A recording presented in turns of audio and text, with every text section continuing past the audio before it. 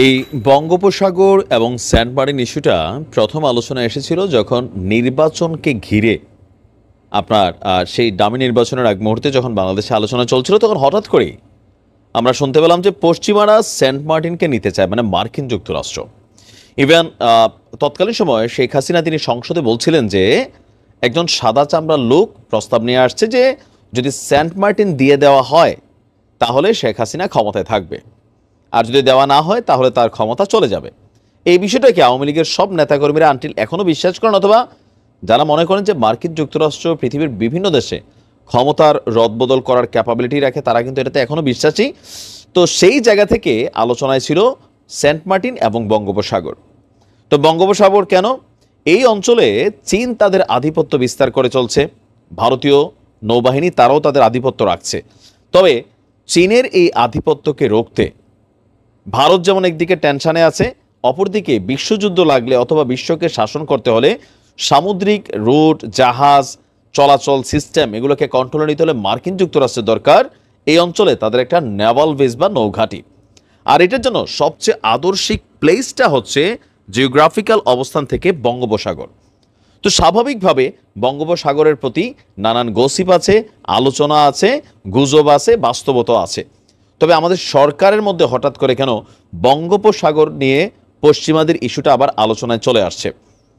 কেউ কেউ বলার চেষ্টা করছেন যে না ভাই, ডক্টর মোহাম্মদ ইউনূস তিনি সেন্ট মার্টিন মনে দিয়ে দিবেন। একদিকে সেন্ট মার্টিনে যখন আমরা দেখছি যে সংস্কারের কাজ চলছে, তো অনেকের মধ্যে এটা নিয়ে নানান ডালপালা জন্মাইছিল। বাট এখন আসলে গুরুত্বটা কোথায়? গুরুত্বটা সেন্ট মার্টিন ইস্যু না, গুরুত্বটা হচ্ছে বঙ্গোপসাগর ইস্যু।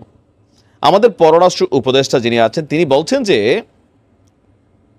অর্থনৈতিক এবং ভূ রাজনৈতিক কারণে বঙ্গোপসাগরের গুরুত্ব দিন দিন পশ্চিমাদের সাথে এটা মানে সম্পর্ক বাড়াচ্ছে বা এটার গুরুত্ব বাড়ছে। এ কারণেই আন্তর্জাতিকভাবে বঙ্গোপসাগর বড় বড় শক্তিগুলোর নজরে পড়েছে। এটা এখন সহযোগিতা এবং প্রতিযোগিতার কেন্দ্রবিন্দু হিসাবে ব্যবহার করতে চায় সরকার। Bangladesh institute of international and strategic স্টাডিজের আয়োজিত এক সম্মেলনে প্রধান অতিথির বক্তব্য হিসাবে পররাষ্ট্র উপদেষ্টা তিনি বলছেন, বঙ্গোপসাগর অঞ্চলে পুনরায় সংযোগ শীর্ষক সেমিনার আয়োজন করেছে আপনার এই প্রতিষ্ঠানটা। তো সেইখানে তিনি বলছেন প্রতিবেশী সহ মানে ভারত সহ পরাশক্তির দ্বন্দ্ব সংঘাতের কেন্দ্রে পরিণত হতে দেবে না বাংলাদেশ। এই বঙ্গোপসাগর আমাদের অধীনে আছে, সুতরাং এখানে বিভিন্ন দেশ এসে এটা নিয়ে ঝগড়া করবে, কেউ এসে ভায়াপি আলাপ করবে, মানে বা তারা একে অন্যের সাথে লড়াই করা ট্রাই করবে, বাংলাদেশকে কানেক্ট করা ট্রাই করবে, সরকার দিবে না। বলা হচ্ছে যে আপনার রোহিঙ্গাদের অধিকার সহ নিরাপদ প্রত্যাবাসন করতে না পারলে এই অঞ্চলে শান্তি প্রতিষ্ঠা হবে না। নিরাপদ এবং সমৃদ্ধ বঙ্গোপসাগর এলাকা গড়ে তোলার জন্য স্থিতিশীলতা দরকার। জাপান এই অঞ্চলে বিনিয়োগ করতে চায়, বিনিয়োগের আগ্রহ দেখিয়েছে, আর এটা বিভিন্ন কারণে খুবই গুরুত্বপূর্ণ। এবং কি আমেরিকাও এখানে বিনিয়োগ করতে চায়, তারপর চীন তো এখানে বিনিয়োগ করতে চাই, ভারতও কিন্তু এখানে আওয়ামী লীগ সরকারের সময় বিনিয়োগ করতে চাইছে। মানে এই ঘাঁটিটাকে ঘিরে অনেক কিছু। আবার দেখুন সৌদির মতন রাষ্ট্র এখানে চলে আসছে, অনেকগুলা বড় বড় পরাশক্তির দেশ তারা বঙ্গোপসাগরকে নিয়ে খেলতে চায়। তবে শেখ হাসিনা কোনো খেলায় কিন্তু আসলে পাও দেয়নি। ইন্দো প্যাসিফিক থেকে শুরু করে অনেকগুলা এখানে বিভিন্ন সংস্থা সংগঠন গড়ে উঠেছিল। তা আমাদের সরকারও এটা জনগণকে আশ্বস্ত করছে, বঙ্গোপসাগর এই ইস্যুতে সরকার কারোর সাথে সখ্যতা গড়ে তুলবে না। বেসিক্যালি এই টার্নিং পয়েন্টটাকে ব্যবহার করে এই পরাশক্তিগুলোর মাধ্যমে এখানে সুযোগ এবং কি বলা হয় যে প্রতিযোগিতার কেন্দ্র বা পাশাপাশি ডেভেলপমেন্ট এই জনপদের বা এই এরিয়ার সামুদ্রিক ডেভেলপমেন্ট থেকে শুরু করে অনেক কিছু, তেল গ্যাস অনুসন্ধান অনেক কিছুই থাকতে পারে। এগুলাতে বাংলাদেশের জন্য এটা কল্যাণকর একটা পয়েন্ট হিসেবে কিভাবে ব্যবহার করা যায় এটাই চিন্তা করছে সরকার। ওইটা ভাবার কোনো কারণ নাই যে ডক্টর মোহাম্মদ ইউনূসের সরকার পশ্চিমাদের সাথে কোনো রকম গোপন চুক্তি করে বঙ্গোপসাগর তাদের হাতে তুলে দিবে। কারণ ডক্টর মোহাম্মদ ইউনূস অলরেডি জানাই দিয়েছেন তার রাজনীতি করার ইচ্ছা নাই, ক্ষমতায় যাওয়ার ইচ্ছা নাই। এখান থেকে তিনি কি বলা হচ্ছে রিটায়ার্ড হলে তিনি তার আগের কাজেই ফিরে যেতে চান। সো বঙ্গোপসাগর নিয়ে যে খবরগুলো আসছে আপাতত আমরা সরকারের কথা অনুযায়ী টেনশনের কিছু নাই। ভাবি অনেকদিন ব্যস্ত ছিল, আসতে পারে নাই। শোনো, দেখলাম কার থেকে? তোমার থেকে। শিখলাম কার থেকে? তোমার থেকে। গুজববাজ ভারত মিডিয়ার সবচেয়ে বড় গুজববাজ যেই ব্যক্তিটা সেটা হচ্ছে একজন কলকাতার সাংবাদিক, রিপাবলিক বাংলার সংবাদ উপস্থাপক এবং কথিত সাংবাদিক ময়ূক রঞ্জন ঘোষ একটা ন্যাশনাল টেলিভিশনে কি পরিমাণ মিথ্যাচার, পেঁয়াজের ভিতরে নাকি খুললে গ্রেনেড বের হইতে পারে, ক্ষেপণাস্ত্র বের হইতে পারে। দেখেন কি তত্ত্ব আবিষ্কার করছে। পাকিস্তান থেকে যখন বাংলাদেশে একটা আসছিল, জাহাজ আসছিল, তো এরকম বাংলাদেশের সকল বিষয়ে থাকবে না বাংলাদেশ, থাকবে না, মানে নানান ঢঙে মঙ্গে লাফাইয়া ঝাফাইয়া যে সাংবাদিক ভারতের জনগণকে বাংলাদেশের বিরুদ্ধে উস্কে দিয়েছে মিথ্যা তথ্য দিয়া। টোটাল খেলাটার মাস্টারমাইন্ডের একজন হচ্ছে এই ময়ূক রঞ্জন ঘোষ, যার প্রতি বাংলাদেশের মানুষের হাহার রিয়েক্ট আসে, আর হাতের কাছে পাইলে হয়তো হালকা আদর আপ্যায়ন করার পরিকল্পনা অনেকের ছিল। তো যাই হোক, ঘটনা ঘটালো কি, আমরা তো এই কাজ করি নাই, বাংলাদেশে তো এই লোক আসে না, তাহলে কলকাতার মানুষ কেন ময়ূককে এই অবস্থায় করলো? এখন আসেন, ঘটনার প্যাচ লাগছে কোথায়? সোশ্যাল মিডিয়াতে যেই বিষয়টা আলোচনায় থাকে এটা নিয়ে সবচেয়ে বেশি গুজবের ডালপালা ছড়ায়।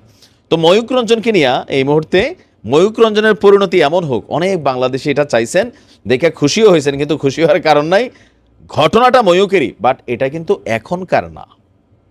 গতকালকে থেকে সামাজিক মাধ্যমে ভারতের এই সাংবাদিকের বেশ কিছু ছবি ঘুরে বেড়াচ্ছে, আর দাবি করা হচ্ছে ছবিগুলো আপনার ইদানিং সময় কোনো এক গোষ্ঠী বা কেউ বা কারা রাতের অন্ধকারে এই ময়ূক রঞ্জনকে তরিবোধ করেছে। তবে তথ্য বলছে আপনার এটা হচ্ছে এখনকার ছবিগুলো তারই, তবে প্রায় 4 বছর আগের।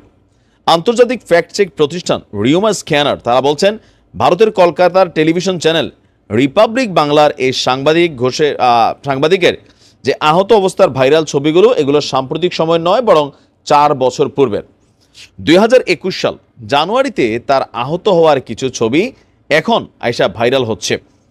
এবং আচ্ছা, তিনি নিজেই নাকি কিছু ছবি পোস্ট করেছেন, সেখান থেকে আবার কারা, এটা জানুয়ারিতে পোস্ট করা হয়েছিল এই 24-এর, সেখান থেকে আবার কারা এটা নিয়ে এখন এটাকে ভাইরাল করছে। তো আমরা দেখি কি বলা হচ্ছে, যা আচ্ছা, আপনার চলতি বছরের 22 জানুয়ারি আলোচিত ছবিগুলো নিয়ে প্রকাশিত একটি পোস্ট খুঁজে পাওয়া যায়। পোস্টের ক্যাপশনে ময়ূক রঞ্জন জানান তার আহত হওয়ার এই ছবিগুলো 3 বছর পূর্বের, অর্থাৎ আমরা যখন কথা বলছি এখন থেকে 4 বছর পূর্বের।